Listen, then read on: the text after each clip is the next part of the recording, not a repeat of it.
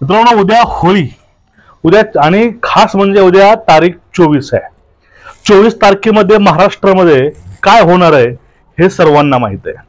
परत सराटी अंतरवाली या ठिकाणी पूर्वीसारखीच दिमागदार आणि डौलदार अशी एक मोठी सभा होणार आहे.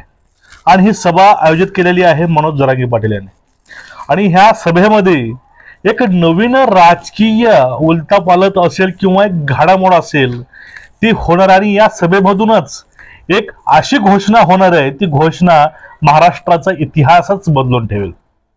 मित्रांनो, मी आपला मित्र जगताप आर्जे, तुम्ही बघत आहात आपलं आवडतं चॅनल. बघा, आता महाराष्ट्रामध्ये एका वेळेस एकत्र आलेला समाज आणि ज्याची अपेक्षा कधी कुणीही केली नव्हती, तो समाज आज एकत्रित येऊन आपल्या हक्कासाठी शासनासोबत किंवा प्रस्थापिच्या सोबत लढत आहे आपल्या हक्क मिळवण्यासाठी. हे आंदोलन खूप दिवसापासून चालू आहे, पण ह्या आंदोलनाला आता खरी सुरुवात झालेली आहे.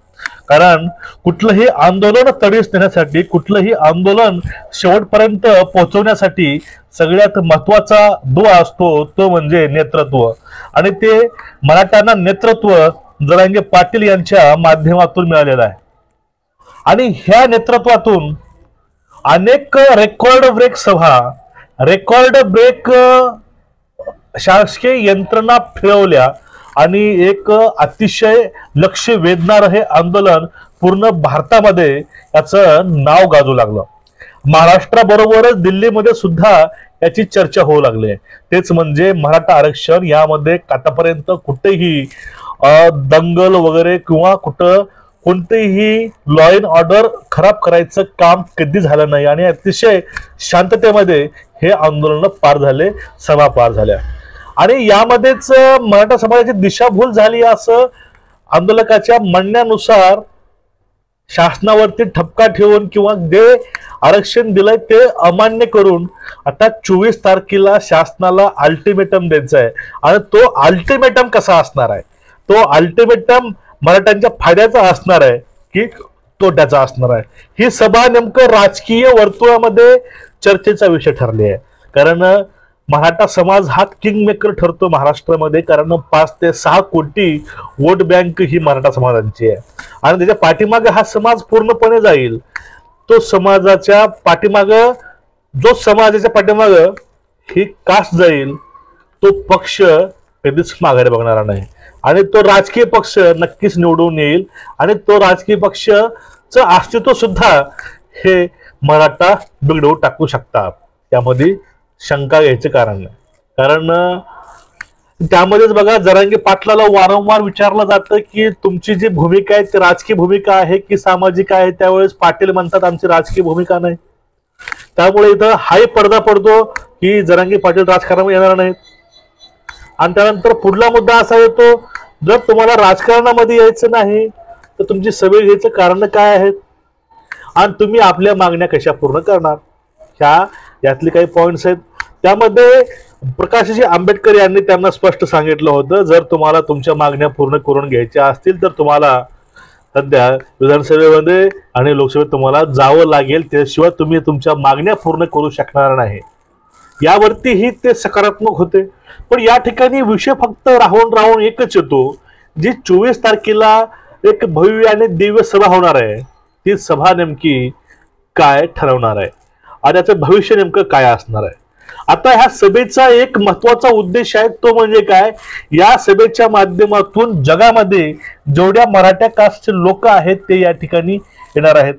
जगातील पूर्ण कानाकोपऱ्यातील मराठा समाज आणि मराठाप्रमाणेच भारतामध्ये ज्या कास्टला अजून आरक्षण मिळालं नाही त्या कास्ट सुद्धा, त्यामध्ये पाटीदार आहे, पटेल आहेत, हे सर्व जात आहेत, हे सर्व या ठिकाणी एकत्र येणार आहेत. आणि बघा, भारतामधील जे आंदोलक आहेत त्यांनी एक गोष्ट बोलून दाखवलेली आहे की आम्हाला जरांगे पाटलाचा अभिमान आहे आणि आम्ही त्यांच्या आंदोलनाची स्फूर्ती घेऊन आमच्या राज्यामध्ये आम्ही असंच आंदोलन चालू करणार आहोत. आता या ठिकाणी फक्त प्रश्न असा पडतो की वंचित सुद्धा महाविकास आघाडीसोबत गेलं नाही. काही कारणास्तव वैयक्तिक नसून एक राजकीय मतभेदामुळे, सीट शेअरिंगमुळे वंचित हे पूर्णपणे बाहेर पडलं. याचे कारणे काय आहे सर्वांना पूर्ण महाराष्ट्राला माहिती आहे की वंचित फॅक्टर यातनं बाहेर का पडला.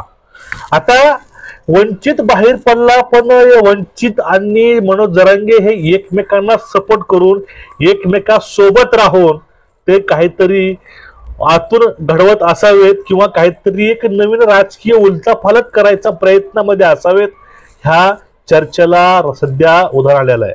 आणि प्रकाशजी आंबेडकर मनोज जरांगे मिळून एक नवीन तिसरीच आघाडी तयार करून प्रस्थापितांना धूळ चारवतील ह्याही गोष्टी बोलल्या जातात. आणि यामध्ये अजून एक गोष्ट आहे, प्रत्येक मतदारसंघामध्ये कमीत कमी 1000 उमेदवार उभा करायचं सुद्धा प्लॅनिंग मराठ्यांनी केलेली आहे. या पण आपण सोशल मीडियावरती याच्या पण बातम्या बघत आहोत, आपण याच्या सुद्धा न्यूज ह्या बघत आहोत की एका मतदारसंघातून कमीत कमी 1000 ते 1200 उमेदवार उभा करायचे. पण इथं मुद्दा असा येतो, जर एका मतदारसंघातून जर 1000-1200 लोक उभा केले तर याचा फायदा नेमका कुणाला होईल? याचा फायदा मराठ्यांना होणारच नाही. मग हे आंदोलन आणि हे उमेदवार याचा फायदा नेमका होईल कोणाला? मग हे जो निर्णय घेऊन मराठा नेमकं साध्य करायचं काय हा इथं प्रश्न पडतो. त्यामुळं जो हा निर्णय आहे हा निर्णय कुठेतरी मागे पडतो, कारण या निर्णयाला समाज हा कधीही पुरस्कृत करणार नाही किंवा हा निर्णय पुढे आणून देणार नाही. कारण आपण एखादं आंदोलन करायचं त्याचा फायदा आपल्याला काय नाही तर ते मग आंदोलनाला काही अर्थ आहे का? मग ह्या गोष्टीला काही अर्थच नाही. मग हा जो विषय या मीटिंग मध्ये बाहेर पडून जाईल की एका मतदारसंघातून 1000 लोक उभा करायचं आणि या ठिकाणातून एक नवीन संकल्पना, एक नवीन तिसरी आघाडी असेल किंवा एक समविचारिक समवैचारिक आणि सगळ्यांची एकच इच्छा घेऊन किंवा एक अजेंडा घेऊन जे कोणत्या पार्ट्या सपोर्ट मध्ये येतील त्या सर्व मिळून हे महाराष्ट्रामध्ये भाजप विरोधामध्ये नक्कीच लढू शकतात. जरांगे पाटील हे स्ट्रिक्टली भाजपच्या विरोधामध्ये आहेत आणि प्रकाशजी आंबेडकर सुद्धा स्ट्रिक्टली भाजपच्या विरोधामध्ये आहेत. या दोघांची वैचारिक जुळवणूक बी होते आणि एक वैचारिक युती पण साधते आणि एक सामाजिक युती सुद्धा या ठिकाणी साधू शकते.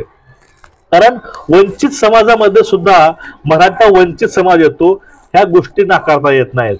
कारण वंचित आतापर्यंत आरक्षणापासून सत्तेपासून हा गरीब मराठा वंचित आहेच. म्हणून यामुळं मराठा आणि वंचित बहुजन आघाडी ह्या दोघांचं एक नवीन बाउंडिंग होऊन या ठिकाणी एक नवीन पक्ष उदयाला येईल असं सध्या सोशल मीडियामध्ये बोललं जातं.